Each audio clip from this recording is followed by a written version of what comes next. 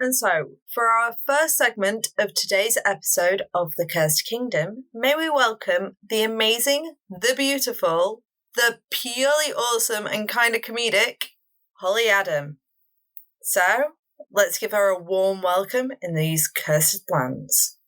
Hello, Holly Adams, and welcome to The Cursed Kingdom. I hope your stay hasn't been too unpleasant, though. Well, once I got out of the quicksand and then I was able to use the circus skills to get past the rodents of unusual size, then after that, it was pretty fantastic. Bloody hell, you had a right ride trying to get in here. I did. Just for you. For you, I would do this. Aww. Well, I will say it is starting to become a bit of a tourist attraction. So people just keep coming here and I don't know why. I'm going to totally check out the gift shop on the way out, and I love the bar you've got set up. We've got a bar?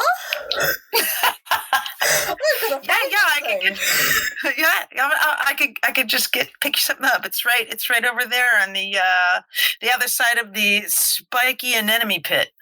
Oh, right. Okay then. That's going to be fun. So, I guess the best place to start is by asking for you to tell us a bit about yourself. What do you do? I am totally happy about my job because I get to be an actor all the time. So sometimes I'm doing film and sometimes stage and sometimes circus, hence the circus reference. And a lot of time doing voice acting for,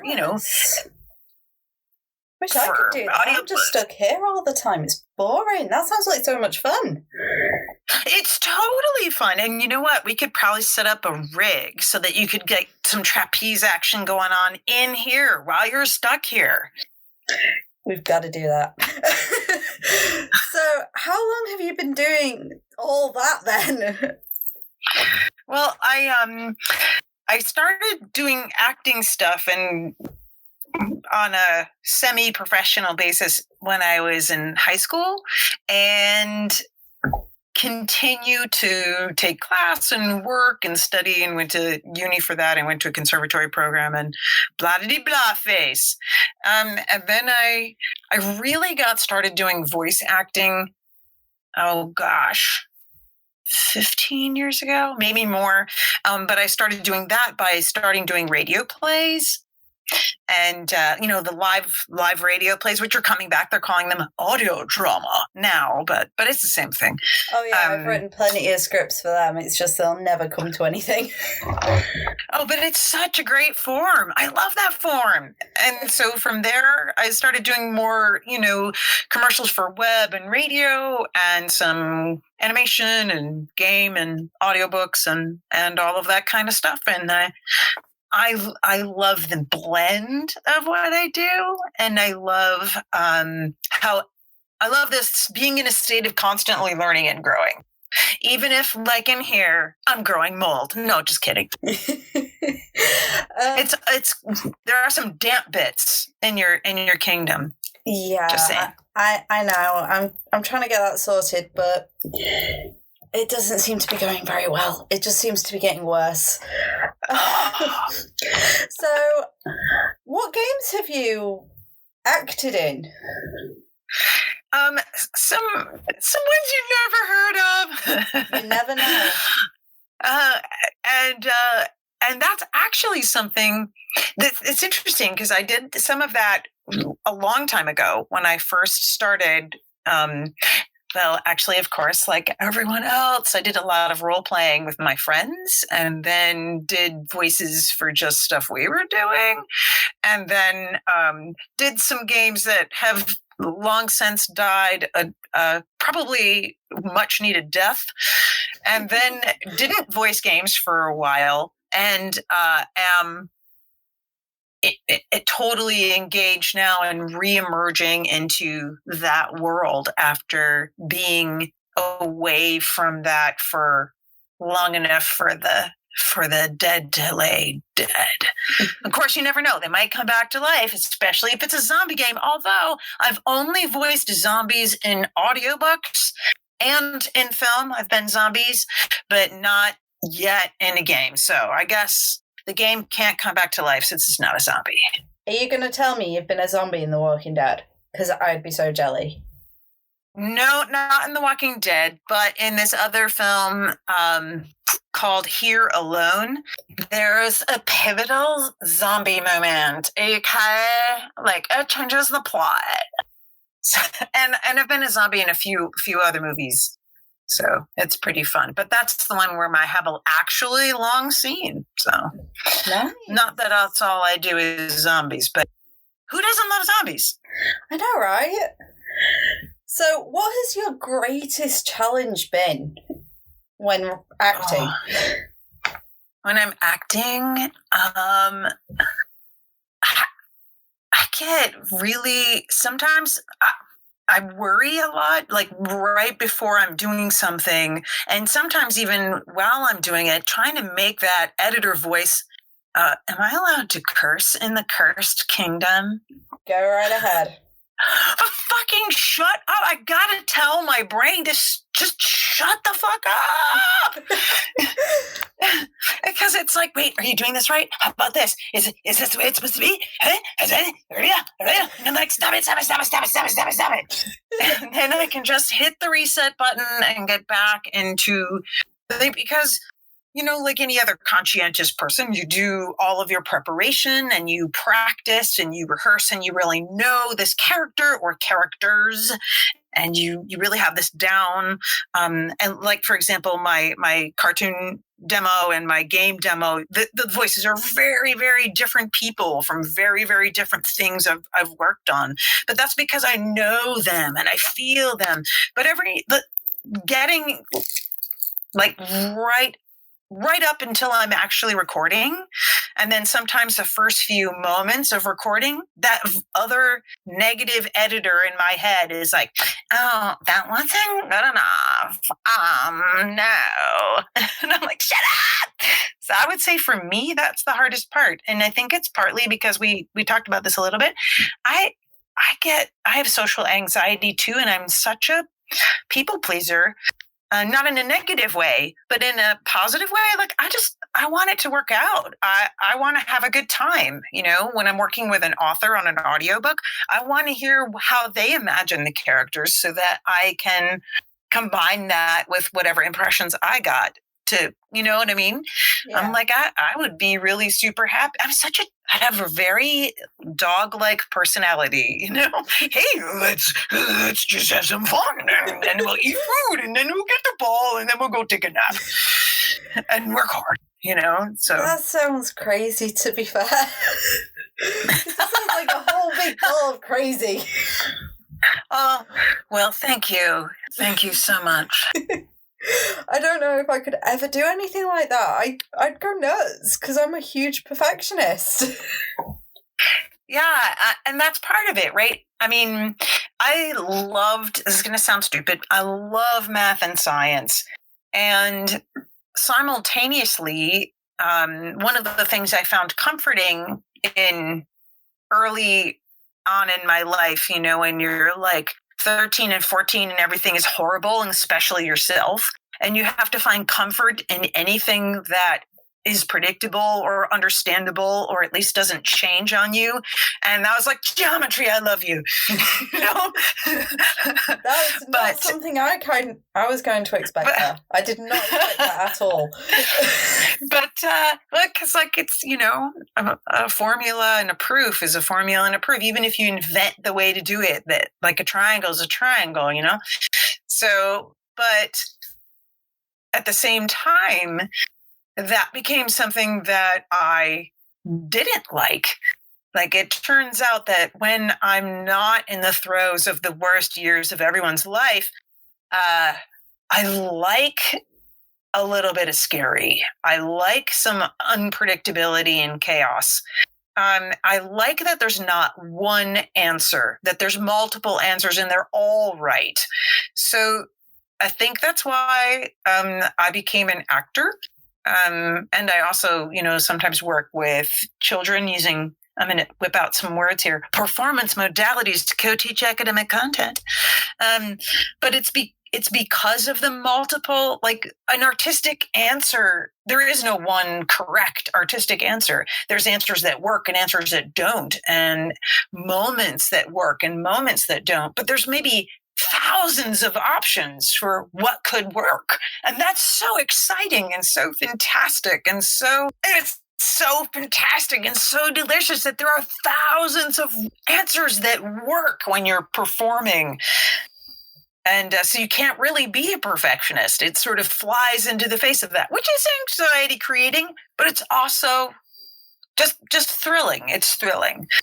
It certainly sounds interesting.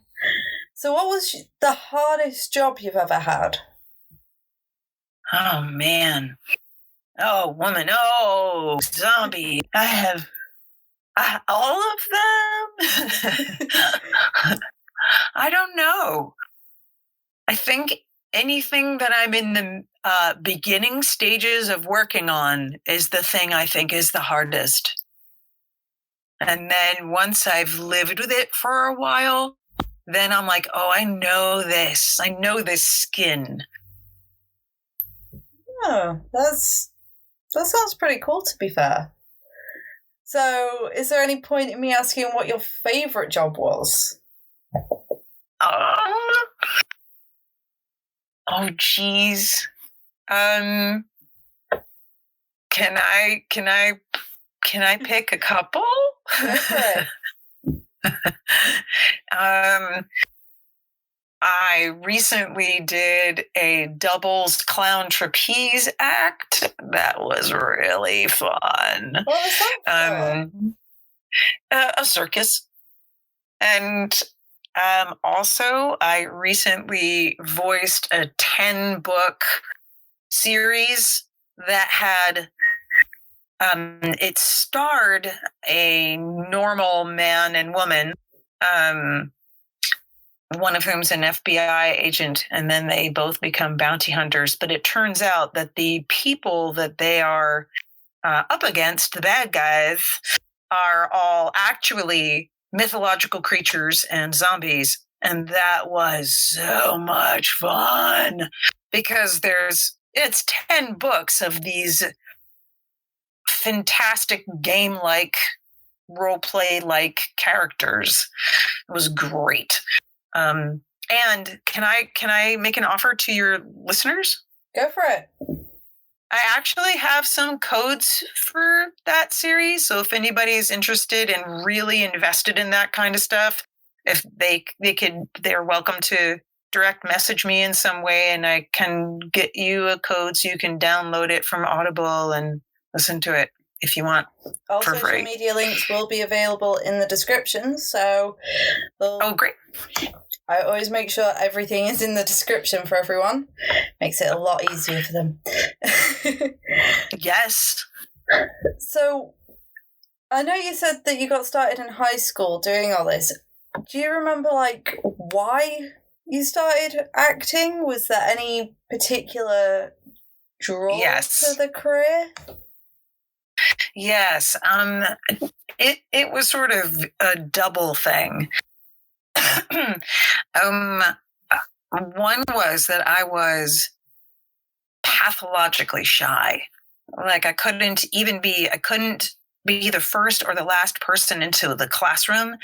I didn't want to sit in the front or the back because I just didn't want to be noticed at all. I would buy shoes because of how quietly I could walk in them. And I couldn't cope. And the theater plays that they did in my school, it was like the one place where it was safe and supportive to be whoever you were, and I think that's true in a lot of places, that it's a home for freaks or however you know what I mean? I'm just saying that flippantly, but people who don't fit in or feel like they don't fit in or feel like they don't belong or aren't allowed to take up space on planet Earth, there's a safe space and a home for you. And it's usually the drama club, or the plays after school or during school or whatever. And that was true for me as well in a big way. And then also, you're rehearsing social interaction. it's because all scripts are about interaction, and that was really, really great. And the other reason is that both my parents enjoyed community projects, community performance projects, my mom especially. And then she was a social worker and used play therapy and drama therapy and puppet therapy, but not as a therapist, but just as a social worker, as part of her way of connecting people she worked with the world and themselves. And that made a huge impact on me. The power of the arts to help us connect to each other and ourselves and process terrible things and process wonderful things and understand a little bit about who we are and what the fucking hell we're doing here. So. Wow. Sorry, I went and got deep. I'm sorry. It's fine. So what genre do you specifically specialize in? Is there any particular one, or do you just like to jump from genre to genre?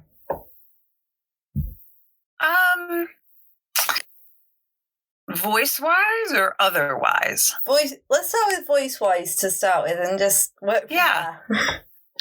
I really love sci-fi, fantasy, adventure, mystery adventure, sci-fi adventure, fantasy adventure, romance adventure. As long as it's got some buckle, swash, swash, I am toe-curlingly happiest. I do a lot of genres, but I would say when I'm working on something adventure-y, whether it's a cartoon thing or a game thing or an audiobook thing, that's when I'm giggling my pants off in the studio. And I'll come out and I'll just be like, oh my gosh, that was so much fun. So out of all the things, different areas you've been an actor in, whether it's audiobooks or radio script or games, which has been your most preferred to work in? Oh, man.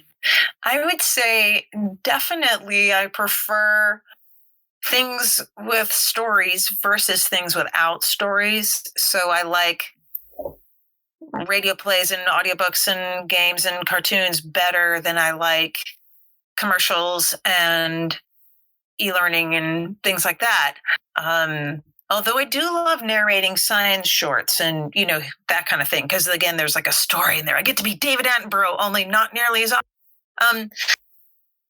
But, yeah, I really do believe that people play games and listen to stories because of a journey that they themselves are on. And I'm going to be sincere and goofy at the same time here.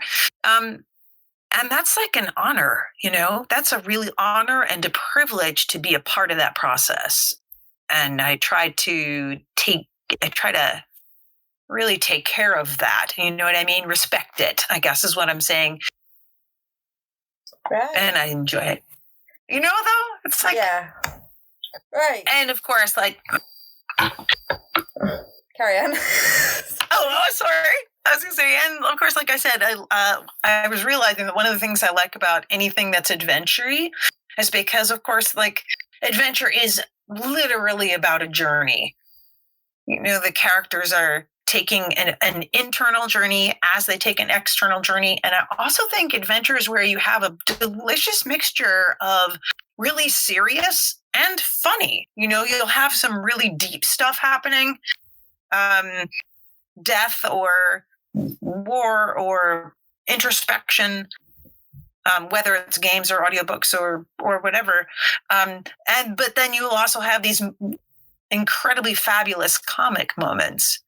And there's always a sense of mystery in any adventure because you don't know what's going to happen next. And I think it's that sense of mystery that draws people to games. And when it becomes too predictable, that's when they get bored. And to be fair, you talk about adventure, you always having journeys. There's Joseph Campbell's narrative theory of the hero's journey, which is in just about every narrative, a hero undergoes a journey. So I got a bit confused there. then I think that was my theoretical mind playing at work there.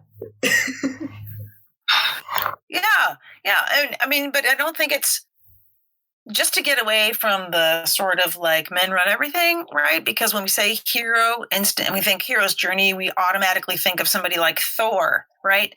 But, a mom has a journey, the journey of trying to figure out how the hell do I manage all of this? Or how do I discover taking time for myself? Or how do I discover not losing my mind? Well, Joseph Campbell's theory was that every narrative you ever read had the protagonist, the hero of the story, so to speak, undergoes a journey. It's basically just the main protagonist undergoing a journey to correct the equilibrium.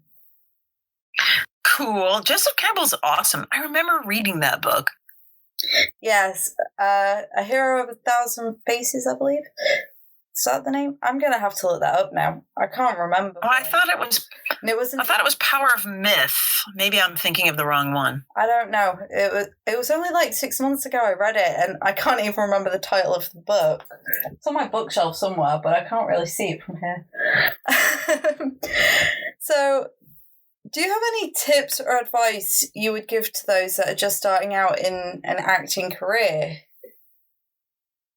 Yes, I would say, regardless of the genre of acting that you're going in, but especially if you're going into some sort of voice acting, definitely familiarize yourself with the genre you want to go into. Like I've had people say to me, "Oh, I never listened to audiobooks, but I want to become an audiobook narrator."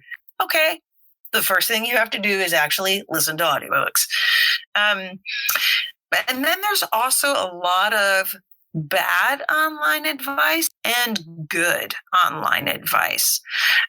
And a great way to get started is to read the really good online advice and then start taking classes. And if you want to become a voice actor and you haven't taken any just regular acting classes, do that, especially improv, because you really do have to actually practice understanding where the different characters are coming from and trying to be them honestly and having them come across as real because they are. Right. Are you still there? Yeah, I just didn't want to step on your vocal toes. It cut out a minute as well, so I was like, just check if she's still there. So, is there any area of acting that you would suggest people go into before, really? How do I put it? Before you actually go into a full career of acting. Definitely. I would say study improv. If you can become part of an improv troupe, but make sure that you also have a teacher or a guide who can call you out on your stuff. Because sometimes people substitute playing a character. They substitute being just trying to play the joke instead of playing a character. So make sure that you get some a leader of the group or a teacher who's going to make you be character driven while still being in the moment, and then doing some scene study stuff and becoming involved in anything, where you actually have to perform in front of other people, because that sense of feeling the audience and the timing of things and remembering that what the character doesn't know, especially because whether you're doing voicing game characters or an audiobook, the characters don't know what you know. So you have to constantly remind yourself of that. And working with a live audience helps you continue to remember that, because you kind of have to keep playing the character's ignorance. And that's what makes the joke land or the tragedy land or whatever. And you can literally feel that when you have a live audience. That's really interesting. Thank you so much for that insightful interview. I'm sure many of my audience will find it very useful. I'll just warn you, though, that some of the peasants have recently died and in the forest that surrounds the kingdom, so just keep a close eye out. And let me know if you see any, because it is October next month. It's Halloween. I love ghosts. Sorry. Maybe we'll have tea. Maybe I'm gonna invite a ghost to the bar. Because you know what they drink? Spirits! What? That's brilliant. Either that or I'm getting too blooming tired recently. It's like that midnight crazy moment. Have you ever had that at like 2 o'clock in the morning where everything just suddenly becomes hilarious? Yes. Oh my God. Or horrifying. I also have that one where I wake up and my heart is pounding and I'm like, but I'm on about sometimes up for a long time and it comes like 2 o'clock in the morning or 4 o'clock. Oh, yes. And everything just becomes immediately funny. Everything, like your phone number. Oh, those two numbers are next to each other. Yep. So yes, it was truly a pleasure having you in the Cursed Kingdom. Just be wary of the ghosts. I don't know if they're friendly or not yet. I don't know if the curse has corrupted them or what. So I just keep an eye out. You just don't know. Everything seems to become very dangerous. Oh, yeah, jeez. All right. I'll keep that in mind as we exit the premises, or attempt to. Maybe I'll have to dig a tunnel. Maybe. Just have fun while you're at it. Will do. You're the best. I hope you found that interview insightful and, a bit of fun as well. And if you would like more information regarding Holly Adams, and if you would like to collect on your free code, don't forget to check out the links in the description below. So now let us take a short break and listen and appreciate the music from the band Angels and Demons, a Christian new metalcore group working on spreading a message to the younger generation and older generation about God in a new way. Now, I understand that it is a mainly Christian band that preach God, but please do not judge a book by its cover. You may actually enjoy the music that they create.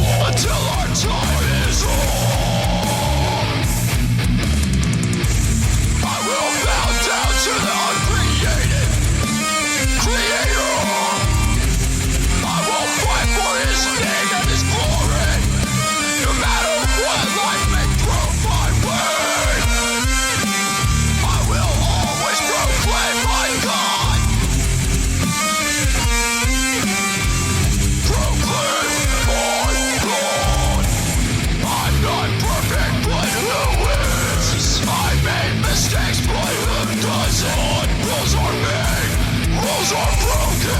Life is a mystery.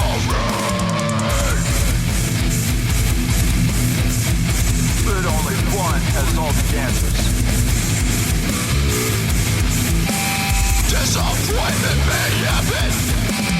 Life is a process. Your action proves what you've become. There are days we say hello, but hate to say goodbye. Heaven is where I wanna be, but to die is to live.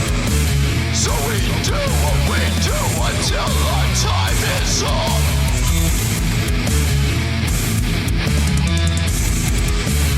Call me out for who I am. Do what you want with me.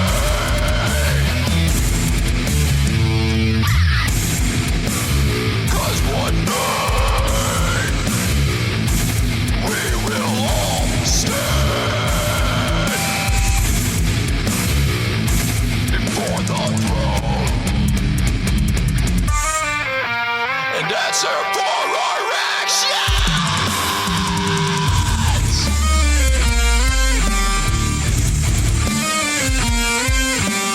I will fight for his name and his glory. No matter what, I'd like faith through my way. But we will all answer for our actions.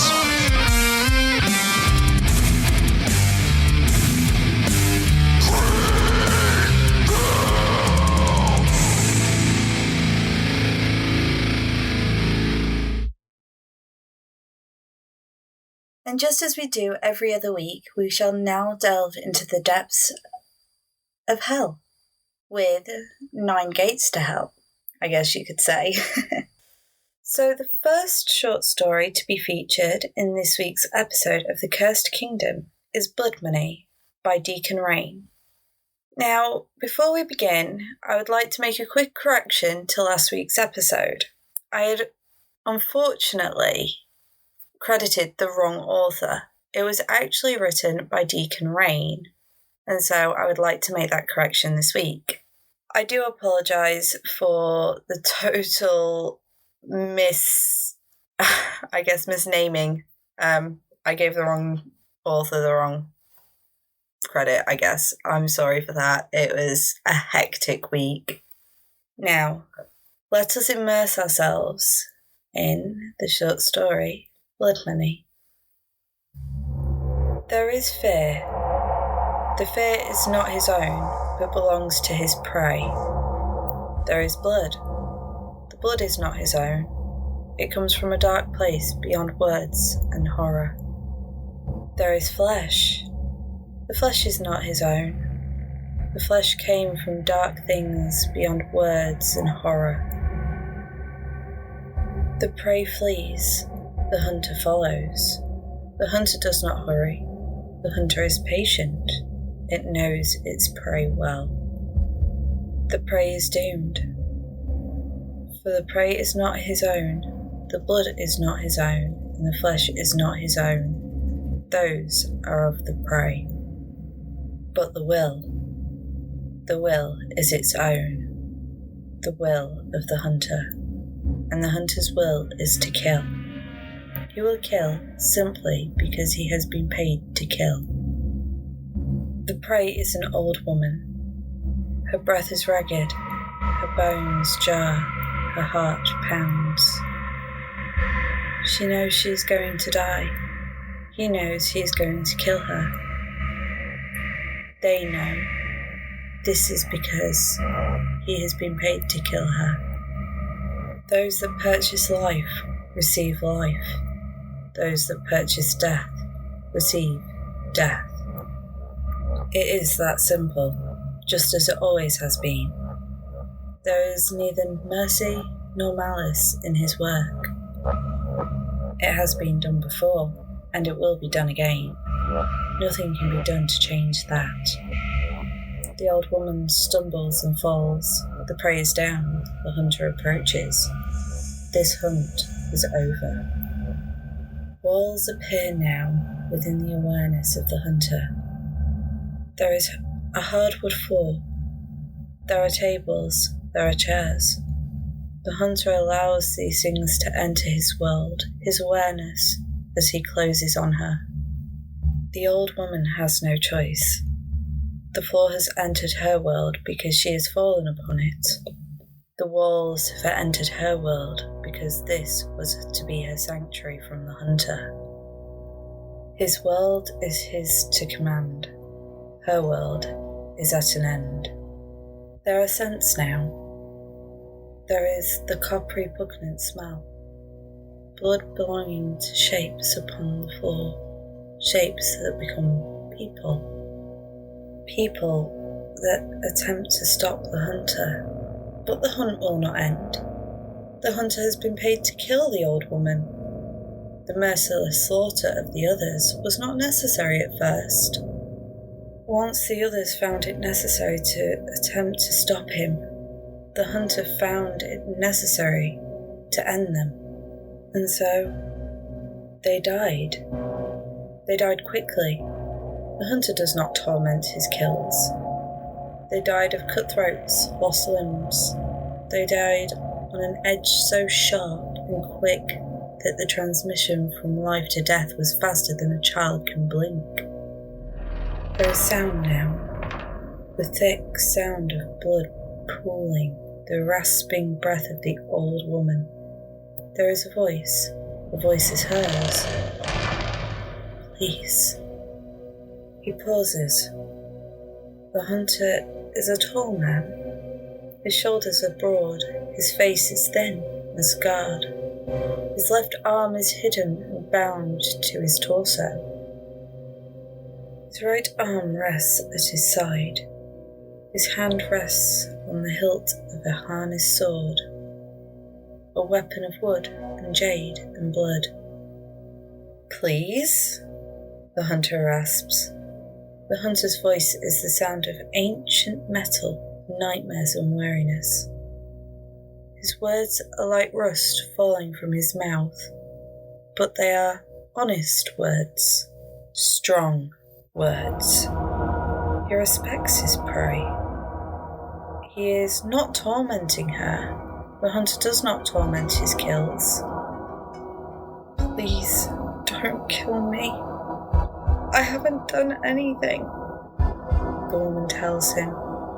She is prone at his feet. She cannot escape. I know, the hunter replies. He unsheaths his sword, neither languidly to draw the woman's fear out, nor abruptly to frighten her. He draws his sword as a carpenter raises his hammer, as a painter raises his brush. Death is the hunter's craft. Death is the hunter's art. You know I haven't done anything. Then why are you killing me? She asks her assassin. He does not even pause. He has been asked this question 1,000 times. He'll be asked it 1,000 more. I am killing you because I have been paid to kill you. He tells her simply. This isn't fair. The old woman is angry. No, it isn't. The hunter is truthful. It isn't right. No, it isn't. Then why? Because that is the way of the world. The hunter is once more truthful. He readies his sword. Will it hurt? She asks him. Fear rolls off her like a wave. The hunter knows her fear, intimately like a lover. He knows her intimately, as he has known all of his prey. He has known her birth, her life and choices, her hopes and fears. He has known her beginning, and he is here to write her end. No, it will not hurt, the hunter tells her. This is true. His sword freezes the blood even as it sears the flesh and bone. There is little pain. There is only loss. He knows his art, his craft, as completely as any master. He can eliminate pain entirely, or he can inflict it endlessly. The client has not expressed a preference either way, and the hunter does not object to giving this old woman a quick death. "What is waiting for me?" the old woman asks. The hunter stops for a moment. There is no mercy, no remorse. He will kill her. There is no remorse. He will feel no guilt for having killed her. But there is pity, because there is a time and a place for such feelings. It is there because it can be. The hunter extends his hand to the old woman. The old woman takes it and is brought to her feet. There can be pity. There can be dignity. These things matter to the hunter. There is a great light, he tells her, and all becomes a vast sky, a blackness from which shines 1,000 stars, each as bright as the light reflecting of silver. And then there is a sunrise, and it is as bright and true and good as any sunrise in any world. And its light does not sting your eyes. Beneath you a vast ocean, pure and deep and blue. A warm wind carries you, calling you home. The old woman is smiling now as she rests against the hunter's chest. The hunter's blade has slipped within her frail form and touched her heart. Her life has ended. He has killed her. But she did not feel the blade, so swift and sure the strike was. And she did not die afraid, which is good. These things matter to the hunter. He lays the old woman's body down on the floor of the tavern. It could not serve as a sanctuary in life. It shall serve him in death. He anoints her with oil. He says words, and across the veil that separates this side and what lays beyond, he hopes she hears him and is at peace. He leaves the fallen, he leaves the inn, and speaks a word. The inn burns along with the dead inside. They shall rest, and not be disturbed by the dark things beyond words and horror. But the hunter is not so lucky. Dark things come to him, and they speak to him. Their words are not words, but the echoes of sin. Their faces are not faces, but pulsing visions of nightmares. And their voices are not voices, but the clamour of diseases that worm their way through the flesh that is the hunter's prison. From the darkness comes a thing not of this world, its many whispers babbling to him in an infernal tongue, the language of demons. "You have done well, Halibane." The demon's words course through the hunter's veins like a fever. They drip into his spirit like pus. His thoughts that are not his own invade him. "I have done what I was paid to do," the hunter replies. "So you have. It was touching to watch. Why did you feel the need to lie to me at the end? And after you'd been so truthful." The dark thing does not understand pity, does not value truth. That does not bring harm to whoever receives it. The hunter shrugs fractionally. There is the sound of metal grating against itself as he does this. Because I choose to. I saw no need to tell her the truth, that her soul would descend into a hellish plane where it would be fought over by greedy gods and their servants like dogs with dinner scraps. But what a delight it would have been to watch the last ember of hope fade from her eyes as her life did. Paradise serving as her god's lackey denied her. I was hired to assassinate an abyss. I have done so. Yes, the pious little she-cow and her flock are even now being disposed of by my brethren. Their vaunted profit with them. No doubt my employer will be pleased with the results. There's always another prophet. Speaking of which, the hunter holds out his hand. Ha! What a clever turn of phrase. Of course, you would like your own prophet. The darkness reaches out to the hunter. Objects are dropped into his hand. This is what the life of the old woman is worth to them. It's all there, of course. I have no wish to be made another example of what happens when a client crosses you. Your last demonstration of what you do to clients who do not pay your bill is still toasted in the darkest pits for its creativity. Then our business is concluded, the hunter informs the darkness. Indeed, I had forgotten that you do not linger once a job is done. How you manage to endure the smell of these human infestations escapes me. No doubt you have another prospect that requires executing? As you say, the hunter replies. With a flash, the hunter's sword lashes out. There is a scream, a spurt of ichor, a wail of pain. The darkness collapses into a twisted form upon the earth. Neither beast, nor man, nor shadow. A bloated abdomen, pasty and corpse-like, is laid open.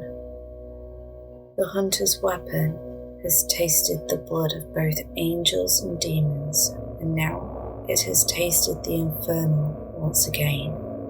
Curse you, manling, curse your treachery. My brethren shall feast upon your soul when they return. I shall devour your bones. I shall... The smell you mentioned earlier, huh? Pitch and oil upon the earth. You have taken leave of your senses, hunter, if you believe fire can wound me. Fire? No. The hunter concedes. Flames from the burning inn leap and crackle. Sparks hit the ground, and with a roar, the oil in the ground ignites. A pattern, a sigil surrounds the hunter and the demon, and within the sigil is power. A binding! The demon shrieks, too late, attempting to flee. Though the fire cannot hurt the spawn of hell, the flames form a prison from which the creature cannot escape. Why? The demon's voice shrieks resonate within the hunter's flesh. He simply grabs the hilt of his blade in preparation. Because I'm being paid to. The hunter informs the demon casually. There is another flash of movement. The hunter's sword is buried in the demon's chest. It shrieks and wails. The hunter twists the blade, bones snap, blood sprays. The hunter knows his craft, his art, as complete as any master. He can eliminate pain entirely, or he can inflict it endlessly. The client has expressed a preference towards making the demon suffer, and the hunter does not object to giving the demon a truly hellish death. The demon wails for what seems like an eternity, proving even the damned can be made to suffer beyond their experiences. The hunter tears the blade from the creature's torso. The The demon's chest explodes in a shower of bone and gore and falls to the earth still and black as ash. The fires of the binding sigil crackle a while longer, then burn out.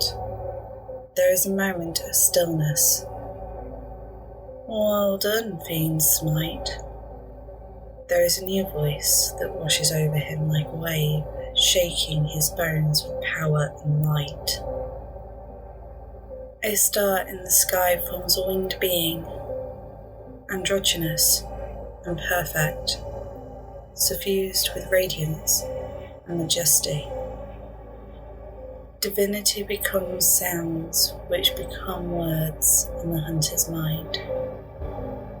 The winged being touches down amongst the splattered remains of the demon and tisks in admonishment, careful not to allow himself to be soiled by the blood of the demon for the minions of the infernal.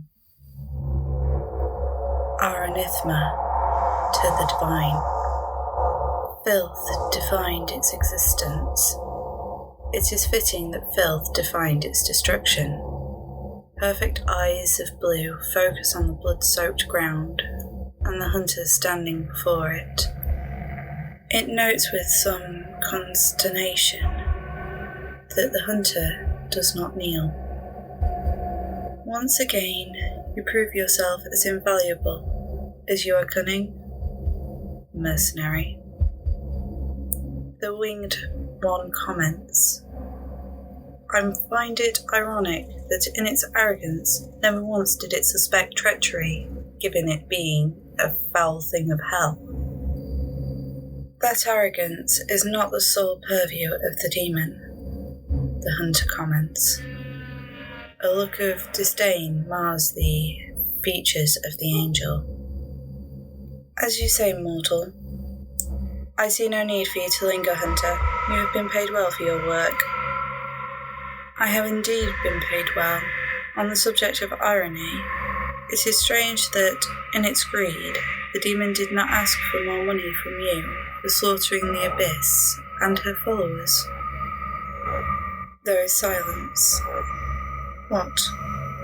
The Abbey was prophesied to give rise to a powerful prophet, a mighty servant of their god. And though their god is among the legions of heaven, their god is not your god. Do go on, the winged being encourages, bemused. I imagine, based on your presence here, that your god made arrangements with the deity the nuns were paying worship to. What was it worth, I wonder, to have those women be stripped of their divine protection? Enough that the lives of a few expendable servants would be considered a trifling thing. Please continue your exposition. It's riveting to hear you talk so much. The hunter shrugged and continued. It would create problems if it became publicly known that the hosts of heaven had their own worshippers slaughtered for profit.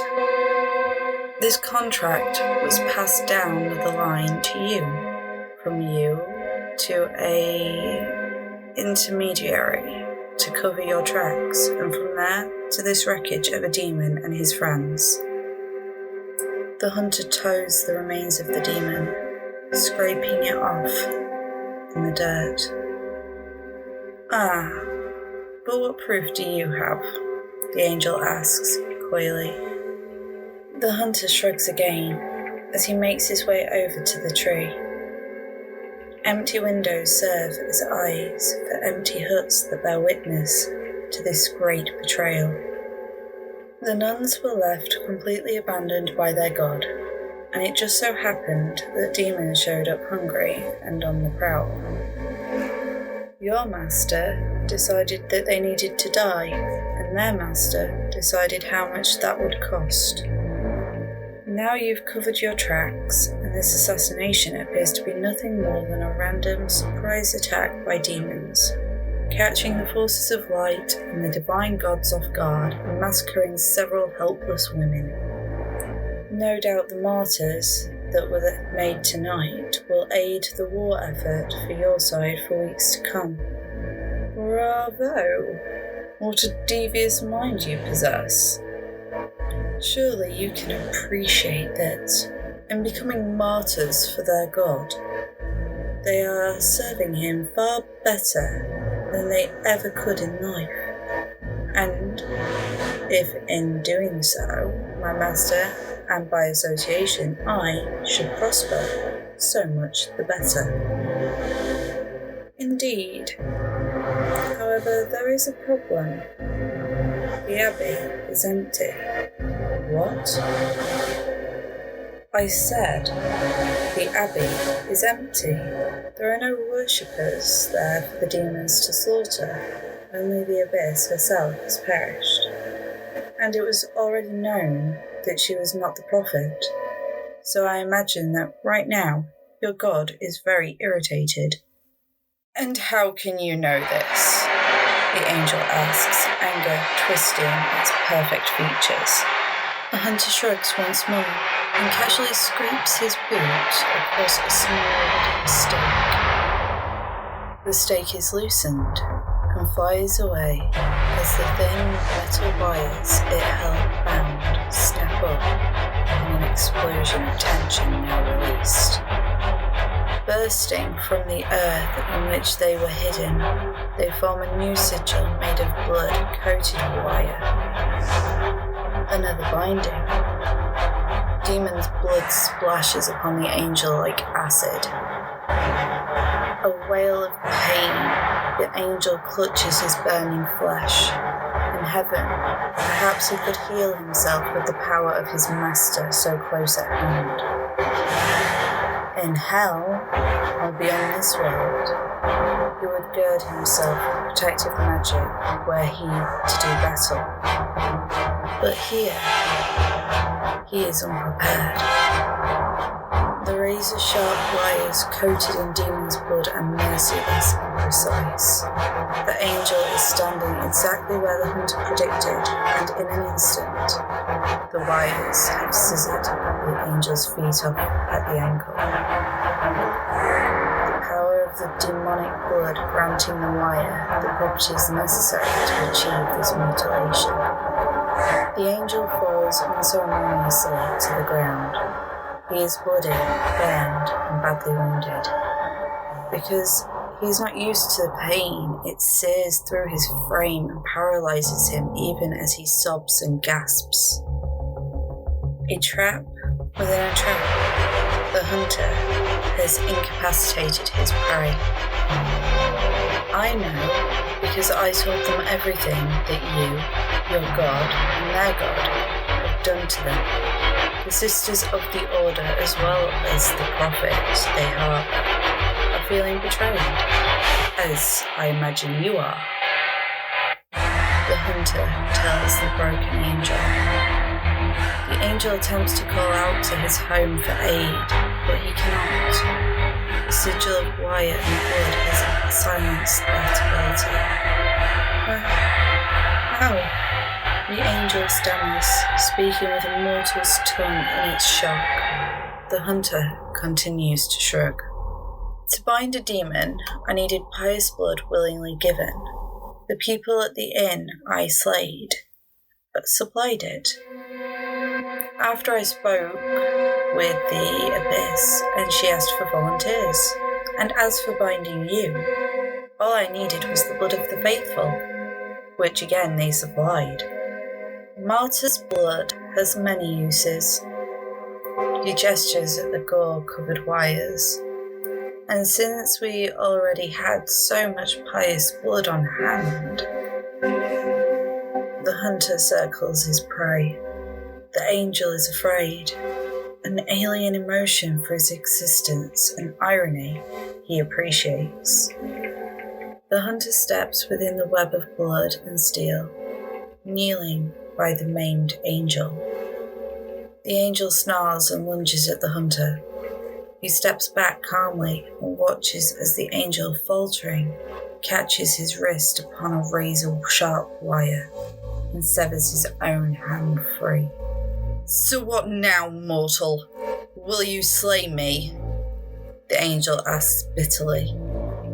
The hunter shakes his head. No, to kill you, myself, would direct far too much attention to me. One does not leave so blatant a calling card when they have just humiliated a pair of gods. It is then that a cry of rage and fury and hunger and hate fills the air.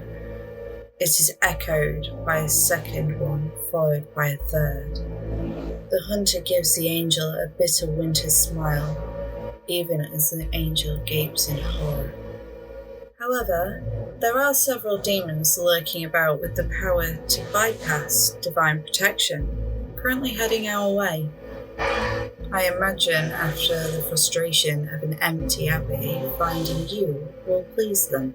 Oh, you can't! The angel howls. I can, the hunter assures him coldly, and I have. But why? The mutilated angel cries out in fear and pain, even as the hungry hordes of hell draw closer.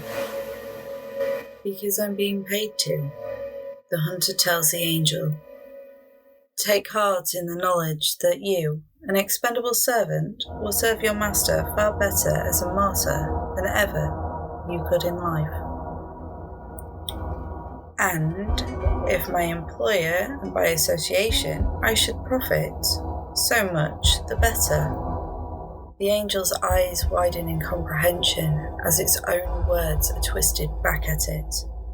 It attempts to shriek, to plead, to deny, or to beg, but it cannot, because even its body is being pulled apart by the forces of hell. Its bones are being splintered, and its flesh is being swallowed down hungry gullets to rot in the bellies of the hungry and the damned.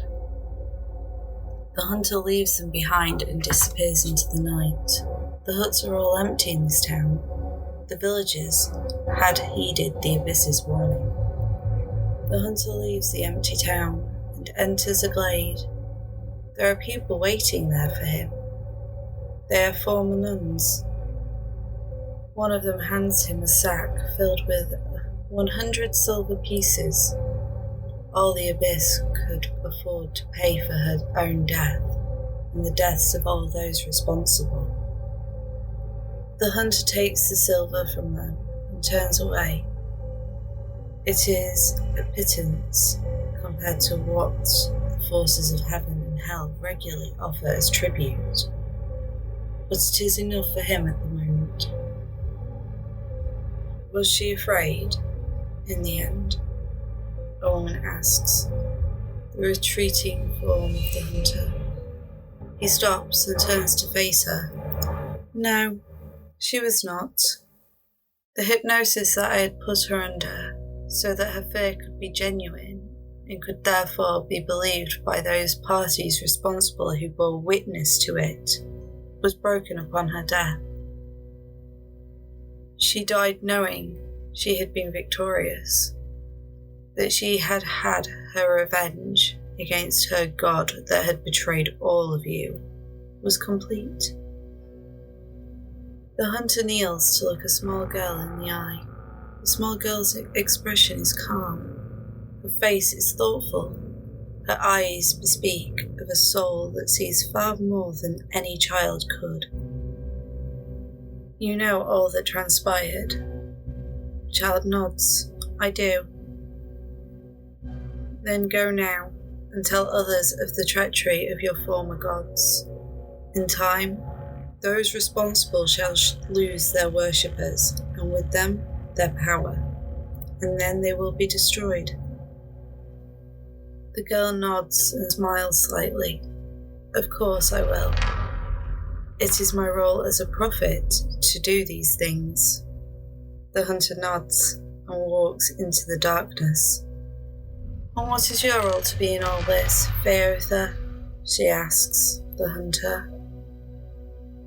Feotha, also known as Fiendsmite to heaven and Hallowbane to hell, holds up his sword thoughtfully, coated in the blood of angels and demons, of traitors and martyrs.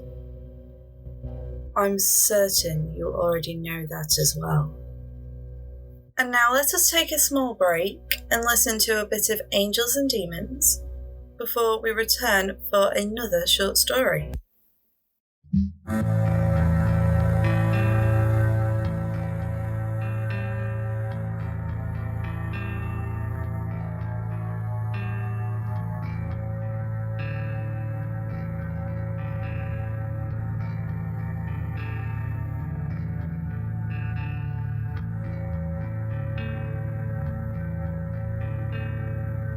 Feels like life is passing by. When will I get over this abuse inside? I cry out for help when no one can hear me. God, are you still there? Are you listening? Cut myself till I bleed.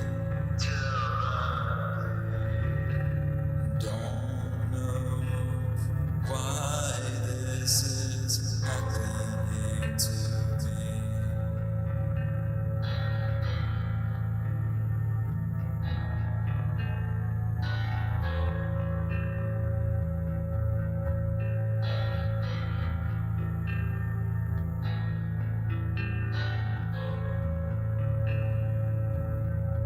Being attacked left and right. Think it's about time for a fight.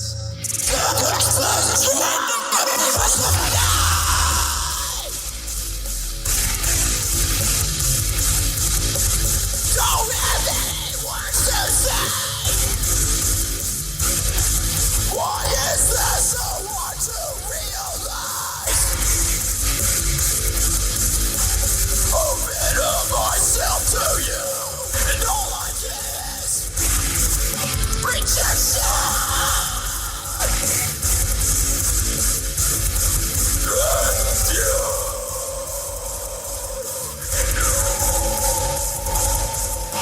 Bleeding to my heart's content. And yet the feeling that they pass,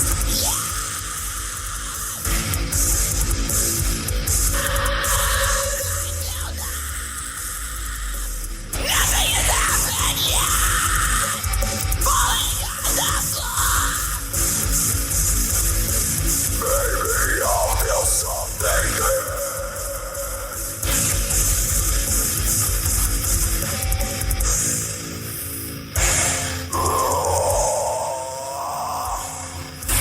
Ready for overkill. Time to unleash this anger and rage. I am the beast. Time to fix things and make things right. No sense in burning the bridges I work so hard to find.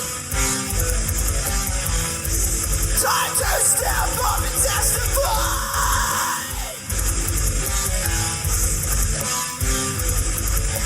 against those who accuse and make them see the fear of God through me. Done being tortured in my mind. Time to accept what's right. They will see one day when the end has come that I was right. Now I'm done feeling up.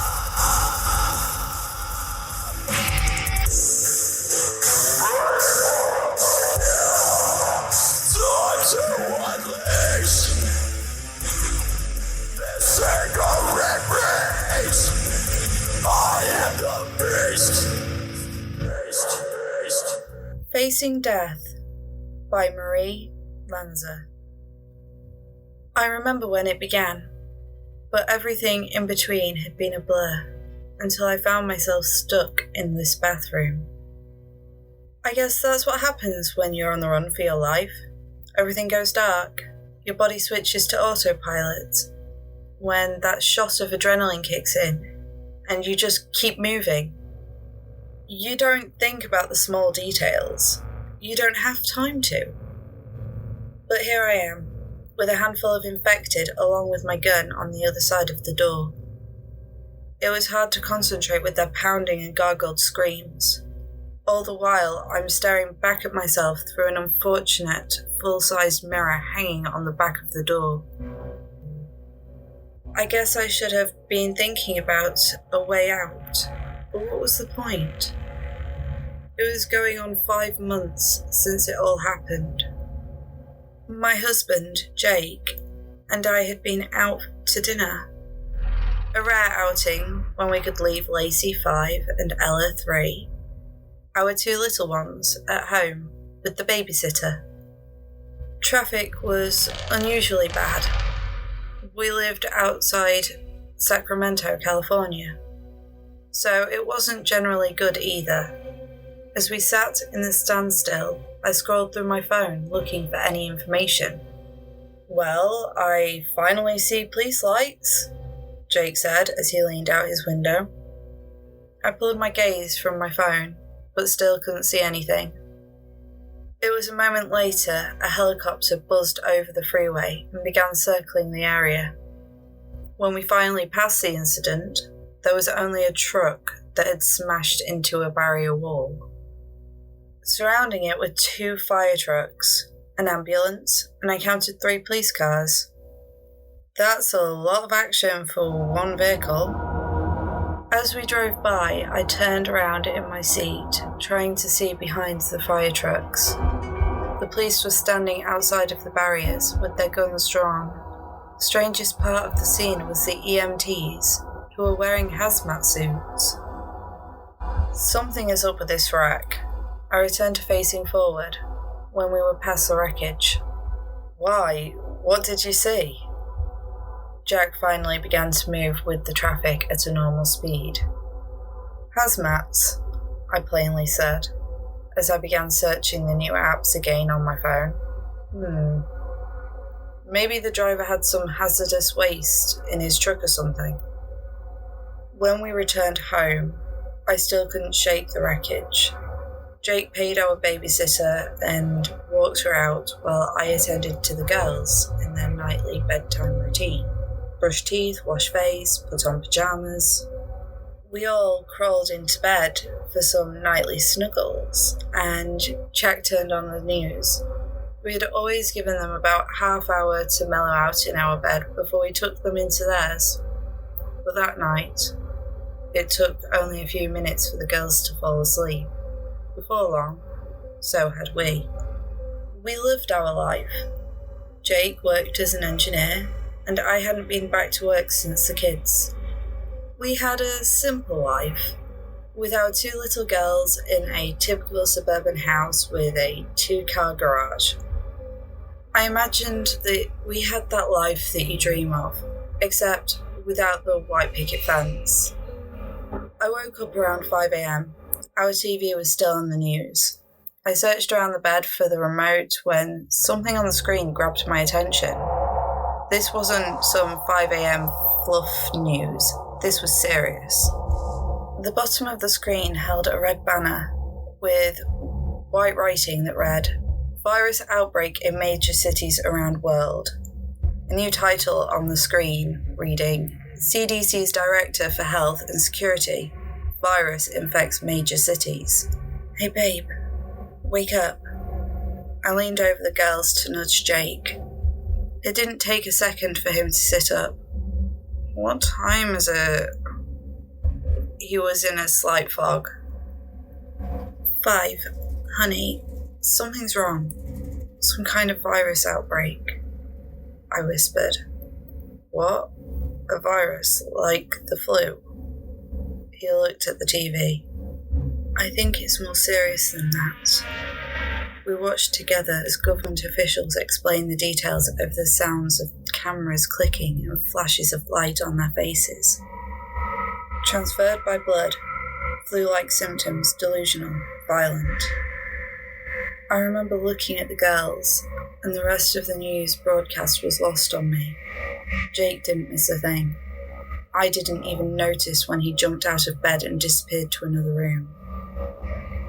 He later said he went to call his parents.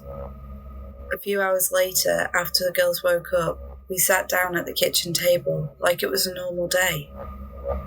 I served them their favourite cereals. Jake and I used caution with our words, explaining people were getting sick and we were going to keep them home from school.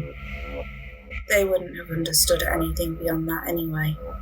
After breakfast, we set the girls up in the living room to watch their cartoons while Jake and I remained in the kitchen.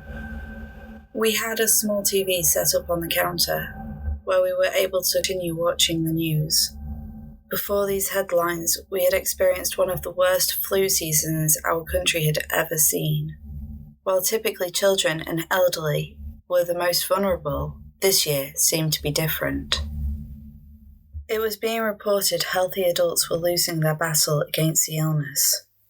Now, sitting in the kitchen watching news coverage of a virus outbreak, it seemed we had been misled about what was making people so sick. This so-called virus had been happening right under our noses without any news coverage until it was already out of control. Everything seemed to all happen very suddenly. Within 24 hours after the broadcast, the states took over, sealing off their citizens from all travel. It went as far down as the local governments locking down communities. From our living room window, we watched our neighbours flee their homes. From the television, we saw large numbers of people gathering outside hospitals and government agencies protesting the mandated travel ban and demanding medical answers. Thousands had already been infected. The officials were quick to let everyone know there was a vaccine.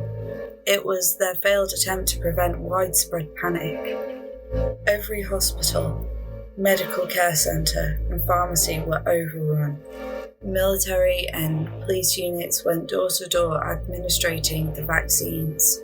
You had to take it or prove you had received it from a designated facility. Anyone who refused was arrested and sent to a quarantine unit. It wasn't long until word started getting out the vaccines were making some people sick. Just like people claim to get sick after a flu shot, but this was much worse. This was terminal. A fate worse than death. A fate that had you still moving and hungry for human flesh with no conscious awareness. The word was, people weren't just dying, they were coming back after death. I had never been against vaccines. Never until our government couldn't guarantee its safety. I wasn't going to allow any of us to get it. But I also knew there was no way we'd end up in one of those quarantine centres. Obviously, there were others who thought as I did. There was an instant breakout of war between people and government. People weren't going to take a mandated vaccine without a fight. We watched most of our neighbours flee with their belongings within the first days. I guess it was an attempt to get out before our area was locked down. But it was only a guess. No one would get close enough to talk to each other for fear of exposure. The barriers and checkpoints put up to keep people in were torn down fairly quickly. Civil unrest was everywhere. Riots broke out in the streets. Police and military were fighting two battles, one against the living who resisted and the other against the infected. Those who became sick became violent as the disease progressed. They appeared to die for a short period of time. only to come back to a state of unreasoning, unconscious violence without regard for their safety or any resemblance of humanity. As the violent acts that they committed tended to infect their victims, their numbers grew quickly, if unchecked. Once people can't get what they need from the stores, the looting is going to move into our neighbourhoods, Jake said as he disappeared into the garage. I stood from the table, waiting for him to return. It was a few minutes later he came back in holding large pieces of wood and a toolbox. Jake made several rounds of trips to the garage until he was satisfied with the amount of wood he had retrieved. "What's all this for?" I asked. "To looters. We need to make it a little more difficult to get in. To the military, we need to make it look like we fled."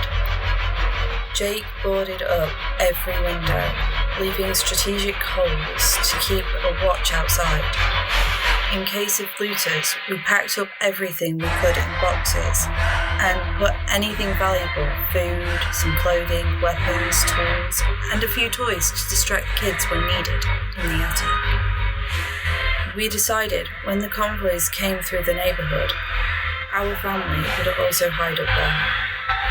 It was a pull-down door in the garage, and Jake was able to pull the string from the inside. The last thing Jake did was take our cars a few houses down to give the appearance no one was home. He parked them in the garage of a neighbour we saw flee in the first days. It was 6 days in when the power went out. We were instantly living in a bubble and only able to know what you could see, and that was anything out our windows, which was an eerie silence. The world seemed to go silent. There was no more car engines, dogs barking. There was nothing. Jake and I were ready to flee to the attic at a moment's notice. Jake stayed watch by the windows, and I mostly kept the girls entertained when they needed some extra attention. It was around 7 a.m.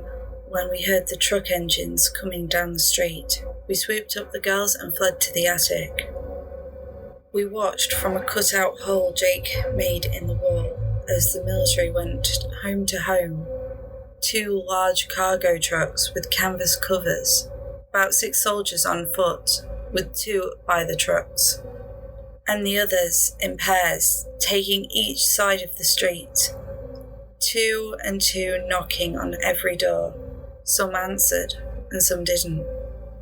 Some were loaded on trucks, and some were met with gunfire. The soldiers didn't waste any time searching around. It was fast and efficient. When they arrived at our home, it wasn't even 5 seconds after they knocked, they broke down the door to clear the house. We didn't move, staying silently still, each of us holding one of the girls. Lacey, being older, was easier to explain to that she needed to be quiet. But Ella was confused and curious.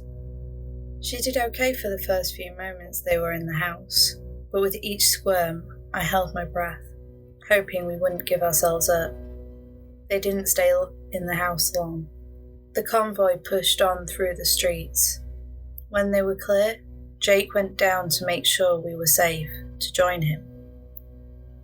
He immediately boarded up the damaged front door, and we decided to use our garage entrance if we needed to make our escape. It was another day when Jake decided to retrieve our Chevy Tahoe. That same day, we decided we should no longer remain in our home. We made a plan that I would stay with the girls while he retrieved the vehicles. "I'll be gone all of 5 minutes," he promised. I was a nervous wreck. "What if you see someone infected?" I asked. I tried to stay calm, not wanting to scare the girls. "Honey, every hour that goes by, we take a chance someone taking our only way out of here." "Take the gun," I urged. "No, I need something quieter. I'll take this." He picked up a baseball bat he had by the garage door. Jake was gone only a few minutes when I heard something dragging along our front porch. I slowly made my way to the window to see if I could see anything through the peephole we had. I pulled back, worried they may have seen me.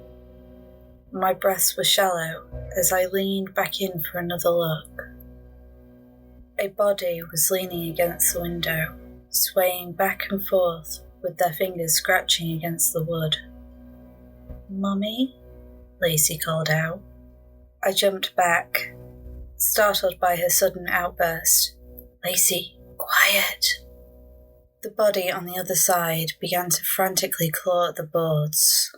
There was this high-pitched, raspy cry coming from it that didn't sound exactly human. I had never heard anything like it. Lacey began to cry. "What are they, Mummy?" I rushed to her and scooped her into my arms. "What did you need, honey?" I walked her into the other room in hopes to get her mind off it. Are they monsters?" she asked. "No, baby, there's no such thing as monsters." I stopped in my tracks, and my words froze when we entered their bedroom. Ella was standing at her bedroom window, and an infected was staring right back at her, pressing against the glass. I recognized the woman from taking the girls out for walks. She lived a few houses down. I would see her gardening in her front yard. She was a little old lady, maybe in her 70s. She was still in the nightgown, which was stained with blood. The left side of her face had been chewed off with some of her cheeks still hanging on. We hadn't boarded up the bedroom windows since they faced our backyard and it was fenced in. But there she was, standing in our window, biting and growling at Ella. Jake left the fence gate open. I held in every ounce of panic consuming my body. I took Ella by the hand without saying a word and rushed them out, closing the door behind us. "What happened to her, Mummy?" Ella asked. "She's sick, honey. Let's go sit in the TV room." All I could do was think of Jake. He should have been back by now. Then we heard the SUV's engine turn off, and then the door opened and shut. The infected that had been on the front porch moved away from the windows. It was seconds after when we heard what sounded like a watermelon splattering over the cement. More long moments went by and the door to the garage finally opened. Jake came into the living room. His shirt had blood splatter over it and the bat was stained red. He left the gate open. It was the only thing I could say as I stared at him, shocked by his appearance. "I'm gonna go change." Our neighbour, there's nothing to worry about anymore. He left the room without another word. "Is Daddy okay?" Lacey asked. "He's fine." I gave her a squeeze. I laid out the girls' colouring books on the floor and left them to find Jake back in the garage. He had changed shirts and was loading the vehicle. "What are you doing?" I followed him around with a blank stare while my body felt heavy with dread. "We can't stay here. There's infected crawling all over the place." He disappeared back up the attic ladder to retrieve more items. I raised up my arms to take bags so he wouldn't need to climb down and load the car. I had to know if he killed those people outside, but I couldn't form the words to come out. Yes, he knew what I was trying to ask. We didn't speak another word of it. When we left, we didn't have a clear direction of where we were headed. Our neighbourhood had a handful of infected roaming the street. The closer to the town we got, the worse everything became. Wreckage was everywhere, personal belongings and trash was scattered through the streets. The military didn't just kill the infected, they were burning them. They had left mounds of bodies smouldering on the side of the road. The infected they'd missed were left in their decomposing bodies to roam the streets. The first evacuation centre we drove up was swarmed with infected, and lucky for us, the barricades were still intact. They moved around in no particular direction until they heard our truck engine. Their attention was captured fast, and they flocked to the fence. We didn't even pause for a second. It was stop and go for weeks. Stopped when we needed to gather resources only, and slept in shifts. For so long it felt as though we were the only people left. The roads were empty, and when we did see people, they were infected. To make matters worse, we were running out of all the fuel supply we had collected as we made our way out of the city. The idea of losing the truck was terrifying, especially travelling the back highways with no shelter in sight. We were running on empty when Lacey spotted an American flag waving just above the trees. We were coming up on a small town community. Like all the others, it was devoid of all signs of human life, but filled with the horror that was our new world. As we got closer, a fire station came into sight. We didn't hold out hope that a fire station would be our salvation, but we figured it would benefit us with a safe place to stay and maybe supplies if it already hadn't been looted. The firehouse was an older, classic design, with a staircase to living quarters on the second floor, along with a fire pole to offer a quick way down. The doors were left open, and the trucks were gone, most likely called away weeks before to deal with some unknown situation from which they never returned. Surprisingly, there were no infected in sight. Jake decided to pull the truck into the garage. We gave it a minute, anticipating the infected would show their ugly faces, but there was still nothing. I could see the stairway to the second floor was barricaded with beds, mattresses, desks, and anything else that was not bolted down. Girls, Mommy and Daddy are going to check it out to make sure it's safe. We'll be right back, I said, reaching back and patting Lacey's legs as she sat perfectly still in her seat. Mommy, what if they come? She asked. Honey, I won't be so far, you can't see me. Lacey just shook her head, letting me know she understood.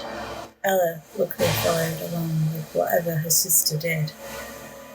We moved slowly and cautiously, listening for the sounds of the infected or of the uninfected humans, unwilling to relinquish their fortress.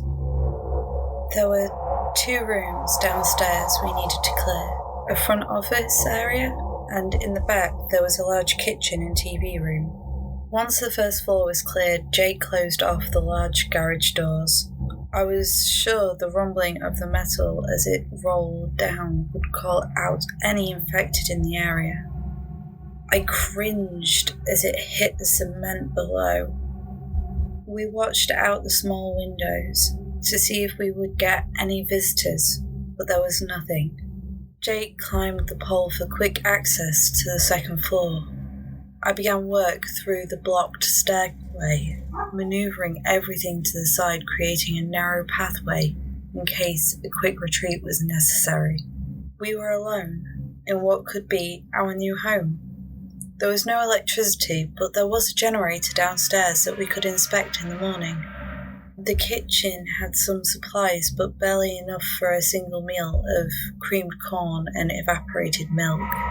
Well, it's not the worst place we've ever holed up in for the night, Jake said. Possibly even top 5. It's a low bar, I replied. It was getting late. We settled the girls down in a bed together. Jake and I made a plan to search the buildings around the area in the morning for any supplies we could find. We would leave the girls in the safety of the second level, but would also let us get in and out quicker. It felt as if I had just closed my eyes when Jake was nudging me with a whisper. "Hey honey, let's get going."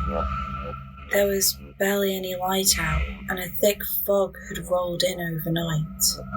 I quietly knelt next to Lacey before we left and woke her. "Baby, Mummy and Daddy will be right back. What's your sister?" "Where are you going?" she whispered. "Out to find some things. We'll be back before she even wakes up." Outside, the air was thick and wet from the heavy fog. We weren't able to get a good sight on much of anything until we got close enough. The first building we came upon was a general store. Doors had been shattered, and there was a trail of merchandise and debris leading to the inside. Most of the shelves were empty. There was a second level, more of a large loft where the owners kept their stock. We began opening everything we could, but kept coming up empty for anything useful, except a small first aid kit. Jake and I must have been up there for only a few minutes when I heard a commotion downstairs. We both froze, fearing that we had trapped ourselves with an oncoming horde of infected surrounding us. Then I heard the voices and saw the light. "Is it bad?" It was a female voice. "I don't know, let me see," replied a man. I could see downstairs, but just barely making out the shapes of two people clutching containers and loaded down with bags. "Hang on." Moments later, the man lit an impromptu torch and began to examine the woman's arm. "I'll find some bandages." She was bleeding badly from a bite just below her elbow. That bite told us one thing: infected were close. "We have to get the girls." There was no other way out without alerting them, Jake calmly called. "We can help."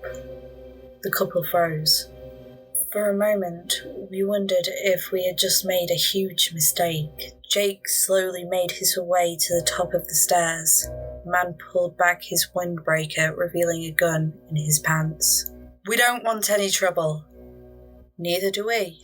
There's a first aid kit up here. I can bring it down." "Who's up there with you?" "Just me and my wife." "Slowly then," he ordered. This was the first time we had run into anyone other than the infected, and there was still no trust. Not even now, months later, when the living survivors should have be coming together. When we made our way to the bottom of the stairs, Jake handed over the medical kit. What a waste, I thought to myself. For a small moment, I felt awful for thinking it, but the woman wasn't recovering from that bite, and those supplies were useless to her. "Good luck, you two," Jake said, as the man took the kit. There wasn't another word exchanged between us. Jake and I didn't bother with any of the other buildings. We had been gone long enough from the girls. Defeated, we returned to the firehouse with barely any new supplies and no sight of the infected, who the other couple must have encountered. Any feeling of optimism faded away as the sun rose in the sky and started poking through the fog. A large horde, moving slowly but close by, was entering the town through the main road that contained both the general store and the firehouse. From our vantage point on the second story of the firehouse, we saw the dancing light of the other couple's torch in the store. "Should we warn them?" I asked pensively. "What for? You saw that bite. Even if we wanted to, I don't see how we could," Jake said plainly. "So now what? Do we stay, or do we go?" I asked, knowing that leaving the firehouse would leave us vulnerable until we found another shelter, and staying could be a death sentence if the horde were to get wind of us. Although we knew our hesitation could spell disaster, we were spellbound by the scene playing out down the street. It happened quickly. We saw movements inside the building, and it seemed certain that the doomed couple knew that they were about to be in a fight for their lives. The store was ill-equipped to keep the infected out. The infected poured into every opening. The torch moved to the second story. Rapid movements flittered past the windows. We heard 3 shots, and then saw the glow as a fire broke out in the store. The woman must have exited from a window on the back of the building. From the looks of it, she had to jump from the second story, and in addition to her newly bandaged arm, she was limping on what appeared to be a badly broken leg. There were still infected in the street, and their attention quickly turned to her. She fell with a whimper and started to crawl toward the firehouse. The first of the infected to reach her grabbed her around her waist, clawing his way through her clothing and into her skin. My gaze met hers, and our eyes locked as her life was ripped from her. Her screams were haunting. They burrowed into my brain. I knew they would stay with me until my last moments. In the next instant, the roof of the general store collapsed. The noise momentarily distracted the infected. By this time, the fire had spread to the buildings on either side of the inferno. The commotion was drawing even more infected into the street. "We have to go, now," Jake said quietly, but in his most urgent tone. We had to flee, and unfortunately, with the truck on empty, we would need to go on foot. Jake and I loaded our packs with what we could carry. We would take the back exit to avoid the infected gathering out the front. And then we ran. After a while, it was hard to keep track of the days. The calendar had lost all meaning and importance. We knew we needed to find somewhere safe, away from human population. In our minds, that somewhere probably didn't exist. That's when we found it, off the beaten path, down a mountain road, hiding in a large valley, an entire neighborhood being developed. Still under construction with a perimeter fence surrounding it. It was everything we could have hoped for. Somewhere, my girls could be safe. Somewhere, we actually stood a chance against these monsters. I don't know why I was thinking of that woman. I hadn't thought about her until I was stuck in this bathroom. Maybe I never stopped thinking about her. Maybe her screams never really left my memory. I could feel my muscles start to relax as I sank into the floor and leaned hard against the door that led to a walk-in closet. Maybe it was my body's way of accepting the inevitable. This life was fleeting, and I was at the end of it. I had hoped they would have forgotten about me and moved on. But I was certain they could smell I was still alive. As I sit in this bathroom, I'm the only thing separating my husband and children who are in the closet. I've been bitten. Damn thing got me right in the arm as we were trying to escape. I kissed my husband and kids one last time before I closed the door behind them.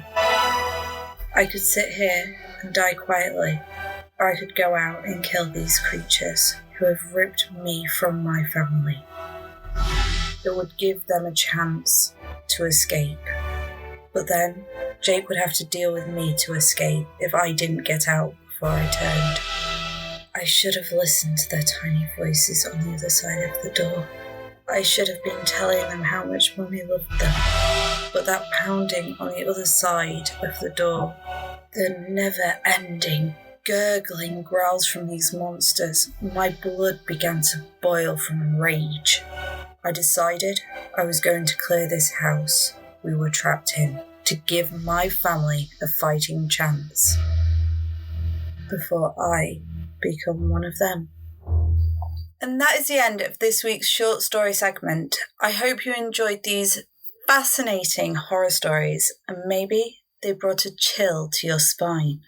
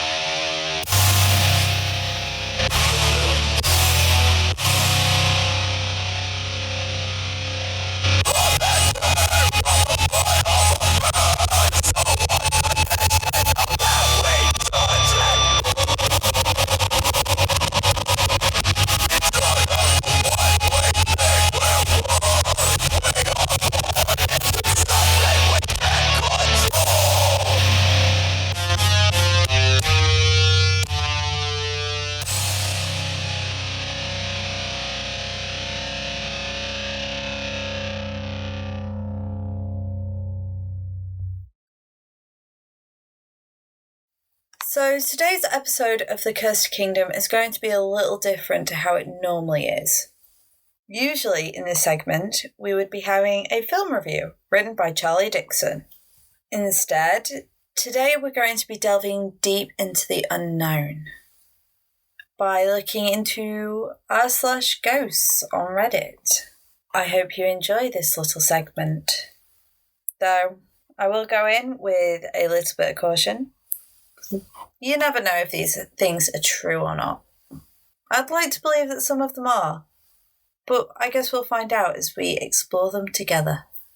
So let us begin with a post titled, "Do Spirits or Ghosts Attach Themselves to People?"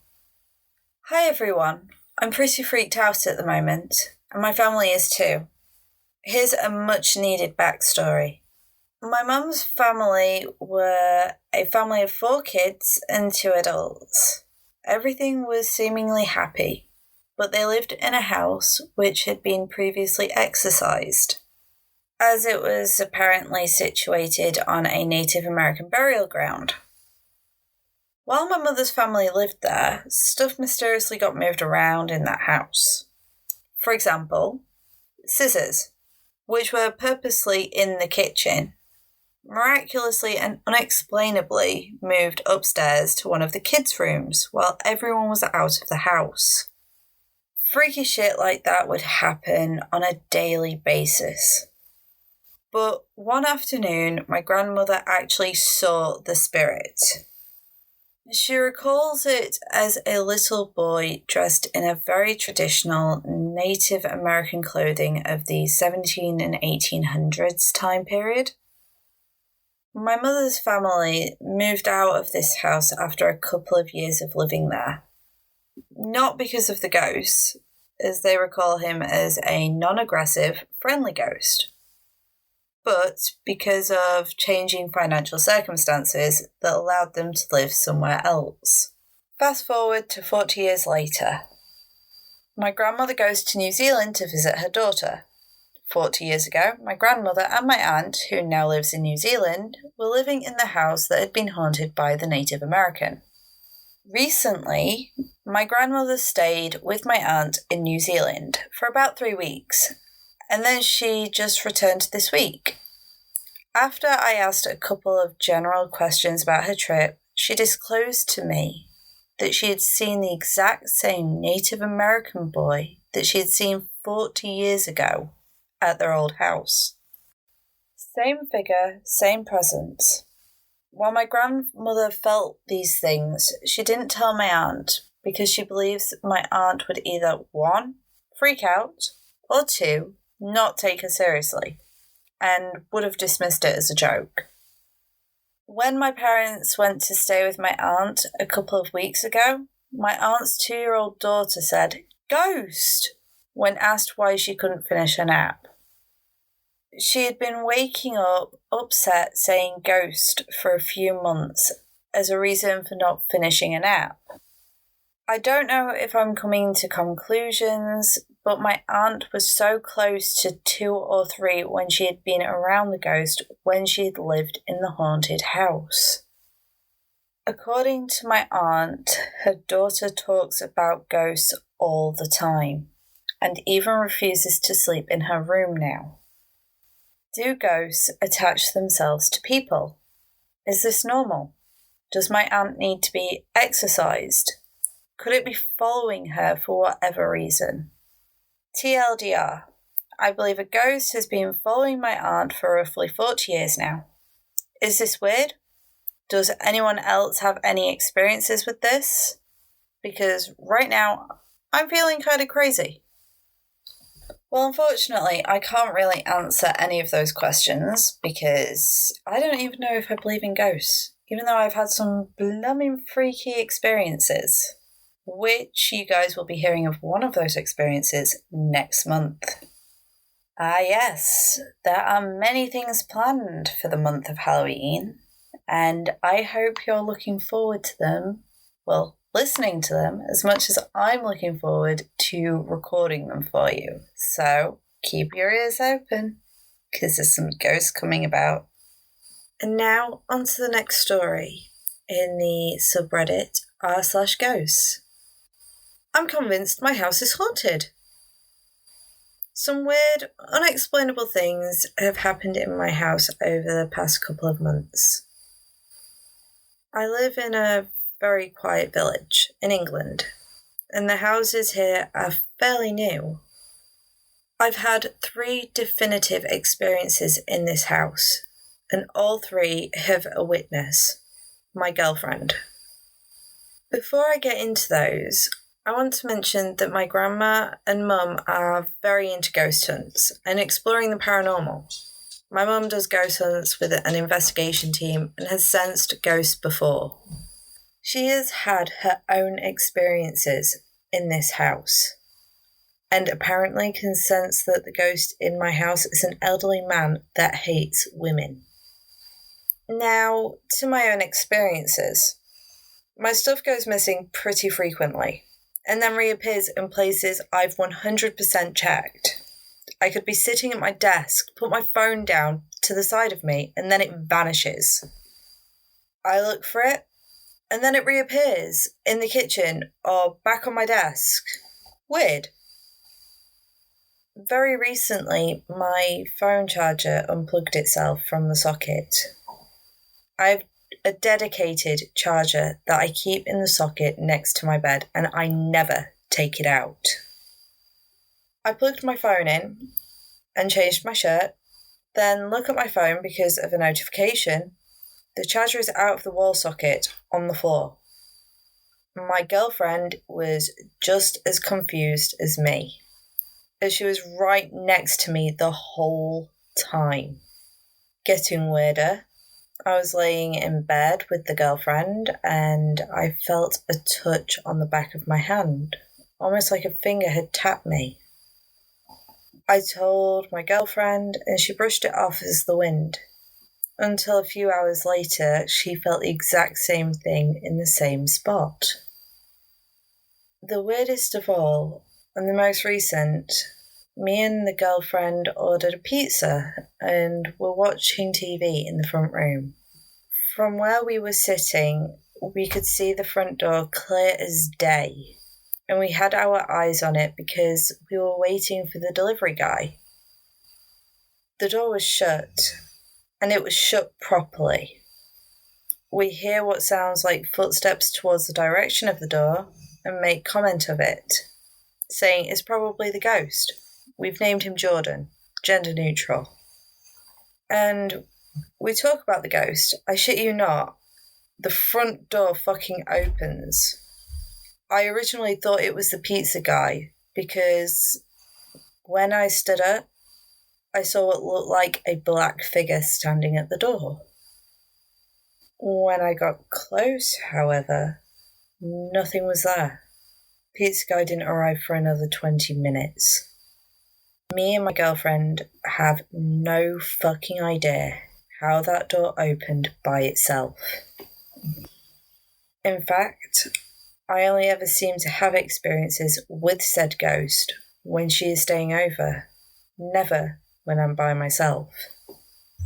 If anybody can offer commentary or explanations, I'd be more than happy to hear them. The ghost seems friendly enough. If he wanted to do something nasty, he would have already. I've lived there for 7 years. And that's it for this week's episode of The Cursed Kingdom. I know it's a little different with the Reddit ghost stories, but I thought it'd be a bit of fun, as Halloween is just around the corner. I hope you enjoyed, and I look forward to seeing you next week in these Forsaken Lands.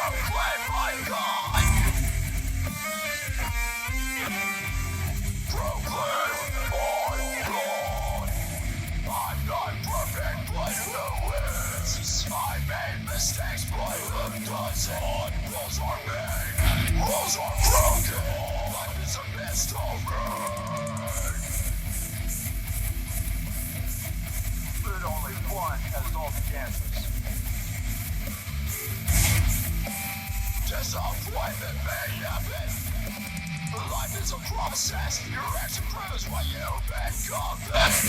There are days we say hello, but hate to say goodbye. Heaven is where I wanna be, but to die is to live. So we do what we do until our time is up.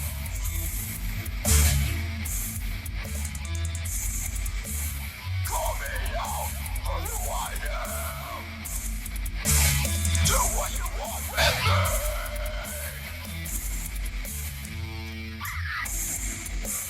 Cause one night we will all stand before the throne and answer for our actions.